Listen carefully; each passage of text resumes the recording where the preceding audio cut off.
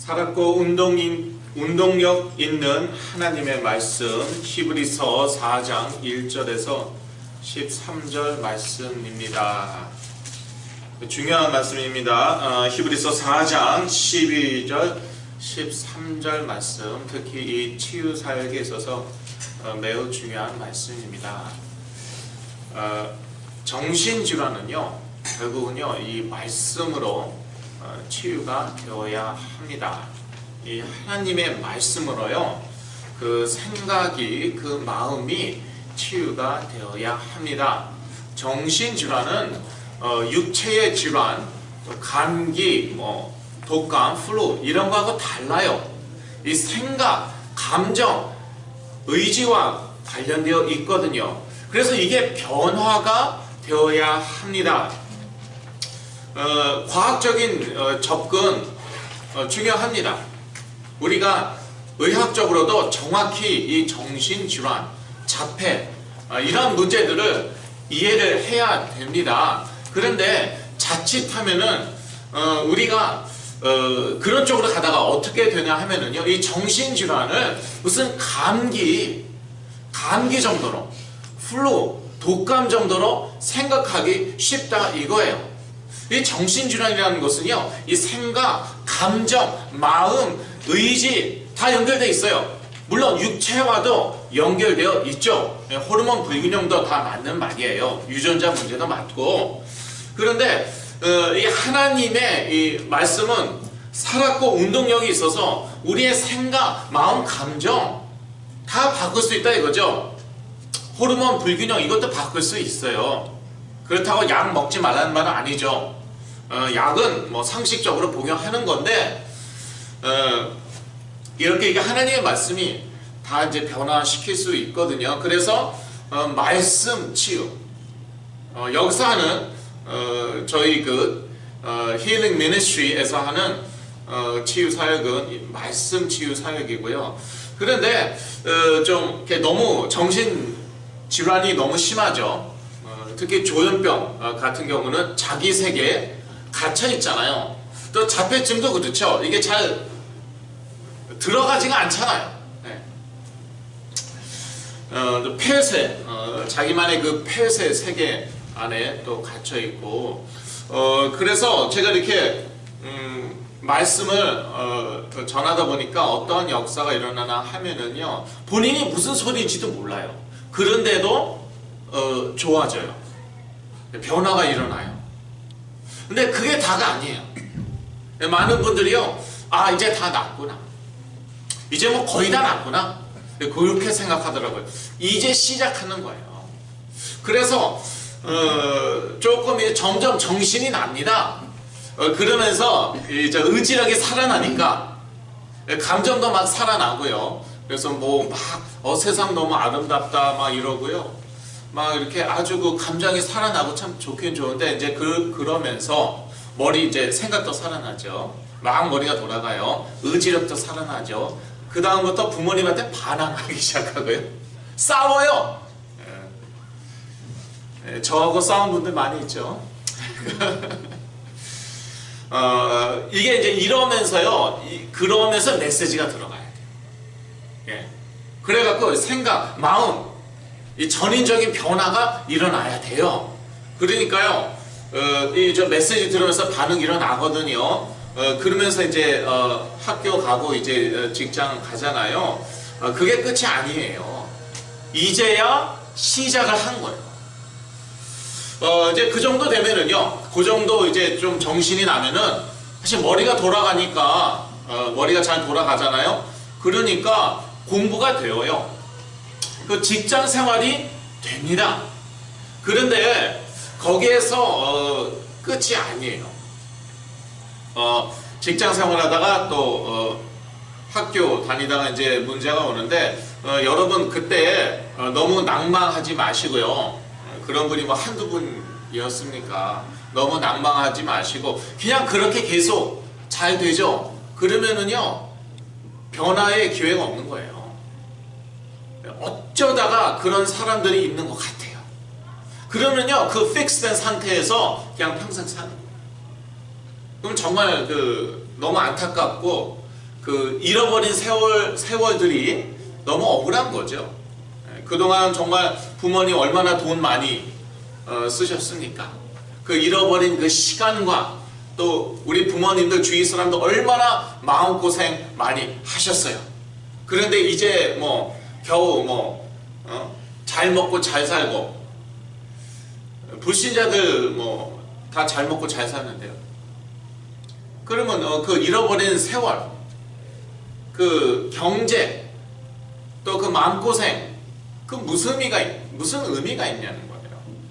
자, 우리의 상급은요, 우리가 살아있을 때밖에 우리가 받을 수 없습니다. 무슨 뜻인지 알죠? 우리 천국 가면은요, 우리 전도 못해요.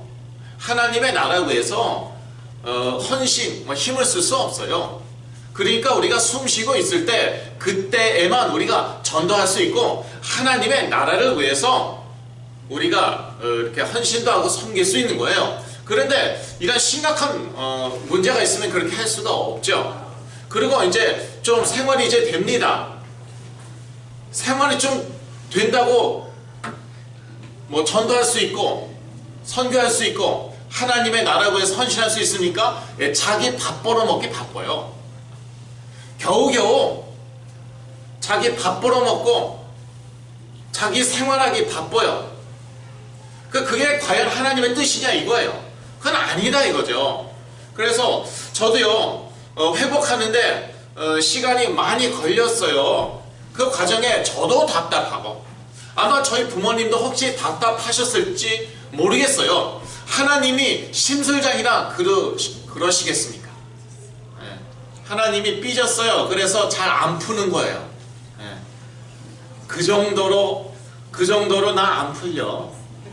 시간이 좀 걸릴 것 같은데 그건 우리 생각이고요. 하나님의 계획은요 더 크십니다.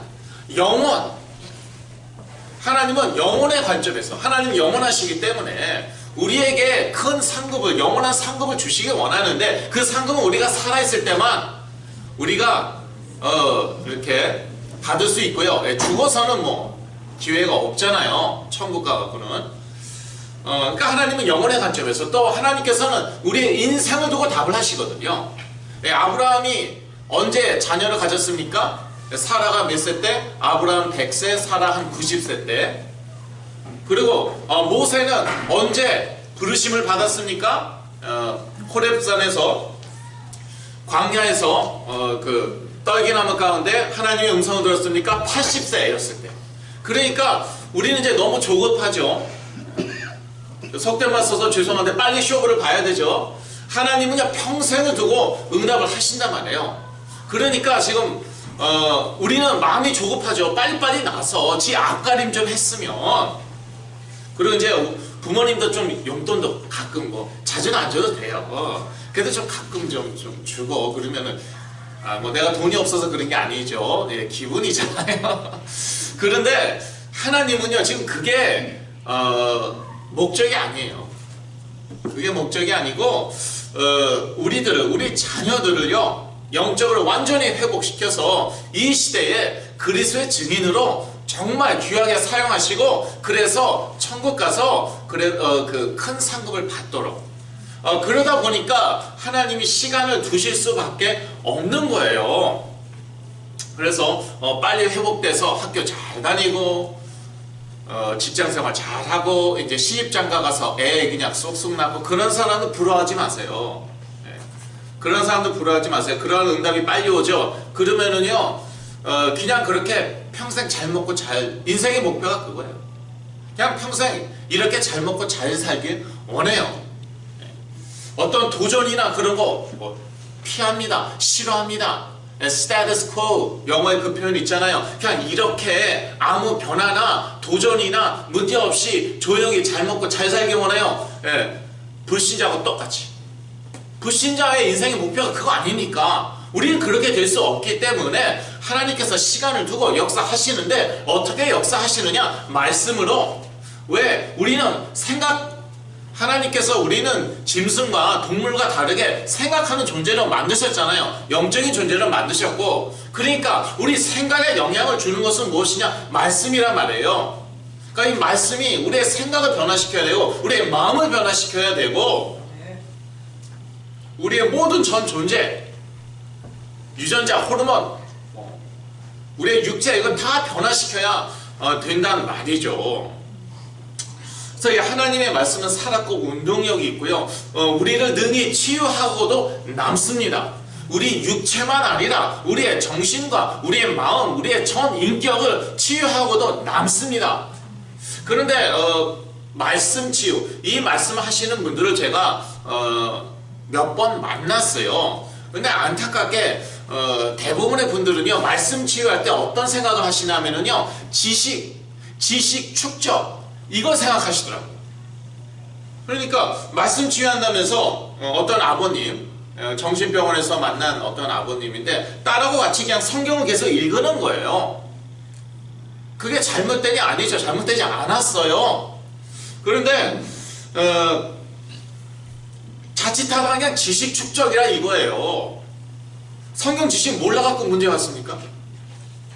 대부분 교회에서 자란 그러한 형제 자매들인데, 그 자매도, 그 정신병원에서 만난 그 자매도 평생 신앙생활 한 자매예요. 성경 지식 잘 알아요. 그런데 예수님께서 뭐라고 말씀하셨습니까? 이 성경은 나를 증거하는 것이다. 요한복음 5장 39절 말씀이잖아요. 너희가 성경에서 영생을 얻는 줄 생각하고 성경을 상고하거니와 이 성경은 곧 내게 대하여 증거하는 것이로다. 상고는 무슨 뜻이냐? 영어로 보니까 diligently study. 그러니까 열심히 공부하는 것을 상고라고 얘기해요. 그러니까 그때 이미 2000년 전쯤에 성경 공부 열심히 했어요. 지식만 잔뜩 쌓았죠. 그런데 이 성경이 누구를 증거하는 것인가? 그걸 놓쳤던 거예요. 유대인들이. 자칫하면 우리도 그렇다 이거죠. 말씀 치유하면서 계속 성경 공부하고 있고 성경 파고 있는데 정작 이 성경이 증거하는 그 예수 그리스도 그걸 놓치죠. 그러면 다 놓치는 거예요. 그래서 이 말씀 치유 사역은요, 말씀으로 그리스도가 증거돼야 돼요. 그래서 제가 이제 메시지 할 때는 꼭 그리스도 얘기 하잖아요. 결국 이 말씀은 그리스도를 증거하는 것이기 때문에 그럴 때 이 말씀이 살았고 운동력이 있어서 역사하여서 우리의 생각과 우리의 마음과 전 존재를 변화시킨다니까요. 그런데 이제 그러다 보니까 막 드러내요. 말씀의 그 특징. 좌우의 날선 어떤 검보다 더 예리하여 혼과 영과 및 관절과 골수를 찔러 쪼개기까지 하며 또 마음의 생각과 뜻을 감찰하나니, 그러니까 다 드러나는 거예요. 그러니까 이게 상당히 불편할 수 있습니다. 제가 막 흥분해갖고 막 설교하는 것 같아도요, 이제 다 보고 있거든요. 심히 괴로워하시더라고요. 그러다가 안 나오는 분들 저 여러 분 보았어요. 이게 다 드러나는 거예요. 양날선 검처럼 예리하잖아요. 막 그냥 드러내니까 괴로운 거예요. 힘든 거예요. 안 오더라고요. 그거 거쳐요. 부모님이 감지라도 끌고 오셔야 돼요. 힘듭니다. 사실 제가 왜 힘든지까지 사실 알거든요. 어떻게 할까요? 나도 힘들었으니까. 그러니까 뭐 누구 정죄하거나 판단하는 게 아니라 내가 그랬으니까. 근데 그걸 고쳐야 된단 말이에요. 수술, 재밌는 수술, 편한 수술, 그런 수술 없어요. 드러내잖아요. 자르잖아요. 꼬매고 그러는데 그 하나님의 말씀이 그렇다는 거예요. 그러니까 이 과정을, 부모님들도 이 과정을 거쳐야지, 그래야지 우리의 생각과 마음과 전 존재의 그 변화가 일어난단 말이에요. 그런데 잊지 말 것은요, 이 하나님께서는 이 말씀으로 절대 우리를 정죄하시지 않는다는 거예요. 이 말씀은 결국 그리스도를 증거하는 것이라고 그랬는데, 그런데 이 그리스도는 우리의 참 대제사장, 참 기름 부음 받은 참 큰 대제사장이 되시는데, 좀 긴데 우리의 연약함을 체휼하셨다고 그러잖아요. 히브리서 4장 15절에서 16절. 모든 일에 우리와 한결같이 시험을 받으신 자라고 얘기하고 있지 않습니까? 그래서 우리가 그리스도로 보좌 앞에 나아갈 때 우리는 긍휼하심과 돕는 은혜를 얻는다. 여러분 절대 두려워할 필요 없어요. 아, 오늘 또 저 목사가 나를 말씀으로 깔라고 그러는 거 아닌가. 저는 뭐 까지 않습니다. 물론 이제 그렇다고 오해하는 분들, 특히 이제 정신 질환이나 정신적인 그 어려움이 있는 분들이 많이 그렇게 생각하세요. 그래서 제가 섬기는 교회 떠난 친구도 있고요. 메시지 하다 보니까 제가 무슨 과대망상 뭐 이런 얘기를 했거든요. 그랬더니 자기를 깠다는 거예요. 그래서 그 친구 이제 저희 교회에 떠나버렸어요. 저를 너무나도 좋아하던 친구였는데. 그런데 말씀은요, 하나님의 말씀은 회개케 할지언정 특히 하나님의 자녀들을 정죄하지 않습니다.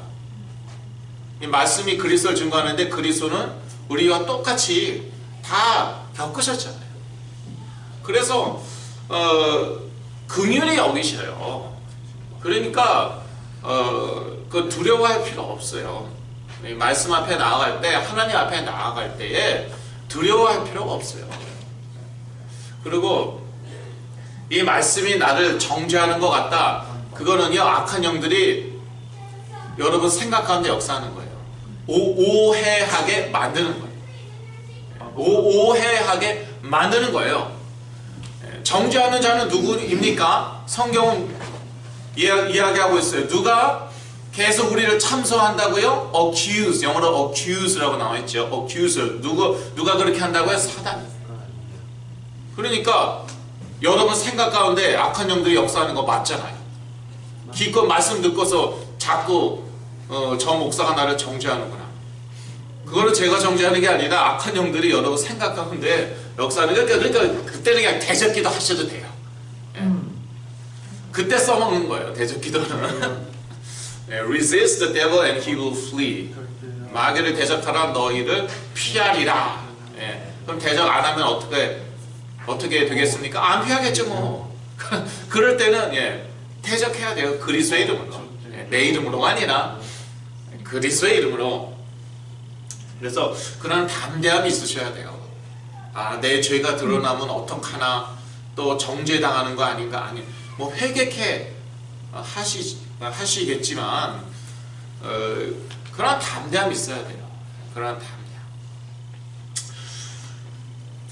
하나님의 말씀 중에 말씀은 그리스도이십니다. 모든 하나님의 말씀은 예수 그리스도를 증거하고 있습니다. 요한복음 5장 39절 말씀이죠. 예수 그리스도를 증거하는 말씀은 한 개인을 치유하고 변화시킬 능력이 있습니다. 그래서 내용이 있어야 돼요. 치유사역에는요, 내용이 있어야 돼요. 그냥 기절했다가 일어나고 쓰러졌다 일어나고 내용이 없잖아요. 내용이 없잖아요. 쓰러졌다 일어나는 게 내용입니까? 예언기도 하고. 그런데 뭐 예언기도 뭐 내용이 정죄하는 거라든지 아니면 뭐 앞으로 너가 엄청나게 크게 될 거고 뭐 막 그거는 내용이 아니에요. 제가 얘기하는 내용은 그런 내용이 아니에요. 사이킥들한테 가면은 그런 식으로 얘기해요. 저희 교회 옛날에 어떤 그 필리핀계 그 미국 친구가 나왔었는데 그 친구가 한때 그 예언 운동 열심히 했었어요. 자기도 예언기도 받고 또 돌아다니면서 예언기도 하고 더 이상 안 한대요. 왜냐? 사이킥하고 비슷하대요. 오랫동안 해봤는데 사이킥하고 비슷하대요. 그런데 뭐 맞는데 그런데 또 귀에 걸면 귀걸이, 코에 걸면 코걸이. 그리고 그 말씀대로 정말 100% 다 성취되냐? 그것도 잘 누가 그렇게 하냐? 사이킥 무당들이 그렇게 해요. 그래서 귀에 걸면 귀걸이, 코에 걸면 코걸이. 그리고 말씀이 성취 안 됐다. 그러면 네가 잘못한 거다. 이렇게 해야 되는데 네가 안 했다. 그리고 또 애매합니다. 분명하지가 않아요. 무당들이 그래요. 그러고 나서 잘 되면 거봐라 내 말이 맞잖아 이렇게 나가는 거예요. 지금 21세기 현대 예언운동이 그래요. 근데 그 친구 말이 그러더라고요. 근데 사이킥이 더 구체적이고 더 정확하대요. 예언 기도보다. 그래서야 되겠습니까? 그래서 말씀 치유를 그런 그 지식 습득, 지식 축적 이렇게 생각하는 분들이 있는가 하면은 또 다른 극단은 뭐냐 하면은 뭐 예언 기도. 사역하다 보면은 저는 참 다양하고 많은 분들을 만나죠. 그런 분들도 저는 몇 번 만났어요. 예언 기도 받았다. 얘는 반드시 난다. 반드시 난다. 그래서 확신 있는 분들, 예, 그런 분 치고 나은 사람 단 한 명도 제가 못 봤어요. 아직까지는 단 한 명도 못 봤어요. 왜냐? 하나님은 그런 식으로 역사하시지 않아요. 우리를 변화시켜서 치유하신다니까요. 그런데 과정이 있잖아요. 과정이. 그러니까 뭐 자기 세계 속에서 뭐 그냥 이야기하고 있고 뭐 자기 세계 속에 갇혀 있는 사람이 아무것도 안 들어가잖아요. 그런 사람들은 일단 좀 정신나게 하시고. 그러니까 이 말씀을 좀 제대로 들을 때까지는요, 정말 약도 필요해요. 조금 좀 약이 잘 맞으면 좀 정신이 나더라고요. 그래서 좀 합리적인 생각도 하고 말씀도 좀 듣고. 물론 말씀 자체가 그런 능력이 있어요. 그리스도를 증거하는 말씀 자체가 그러한 능력이 있어요. 좀 정신이 나죠. 그러면 이제 학교 가야죠. 그러면 이제 직장 생활 해야 되죠. 거기서부터 이제 이게 문제가 오는 거예요. 그때서부터 그냥 집중적으로 진짜 말씀을 이제는 좀 알아들으니까 들어야 되는 거예요. 그런데 그게 쉽지가 않을 수 있거든요. 그래서 역시 부모님이, 그러니까 많은 분들이 또 그때 딱 손 놓잖아요. 아이고 잘됐다. 아유 이제 좀 발 좀 쭉 뻗고 그렇게 얘기하시더라고요. 이제야 발 좀 쭉 뻗고 자겠어요. 제가 속으로 이제야 시작이에요. 발 쭉 뻗고 주무셔도 되는데 그런데 그 이제 시작이에요. 말씀으로 그 생각과 마음과 전 인격이 변화되는 그런 시작. 그래야지 하나님이 쓰세요. 하나님은 너무 사랑하시기 때문에 여러분을요, 여러분이 살아 숨쉴 때 하나님의 나라를 위해서 쓰시길 원하거든요. 그게 하늘의 부르심. 지난주에 메시지 제목이었죠. 하늘의 부르심을 받은 거룩한 형제들. 여기 자매들도 계시네. 그리고 자매들. 그래서 가족, 그래서 사실은 가족 치유예요. 가족 공동체, 가족이 하나가 되어 갖고 계속 자녀가 반항해도 부모님은 흔들리면 안 돼요. 남편이 막 구박해도 우리 어머님들은 흔들리면 안 돼요. 어머님이 아버님을 구박할 수는 없나? 그럴 수도 있겠죠. 그러면 이제 아버님은 흔들리면 안 되겠고. 그래서 초지일관, 이건 이론이 아니라 저의 간증입니다. 저희 가족의 간증입니다. 여러분 모두 다 이러한 귀한 그리스도 안에서 이러한 귀한 응답과 치유 다 체험하시길, 맛보시길 기도합니다. 기도합니다. 하나님 아버지, 말씀으로 우리 삶 가운데 역사하심으로 인하여 감사합니다. 하나님의 말씀은 살았고 운동력 있음으로 인하여 감사합니다. 이 말씀이 우리의 전 존재를 변화시키고 치유하게 하여 주시옵소서.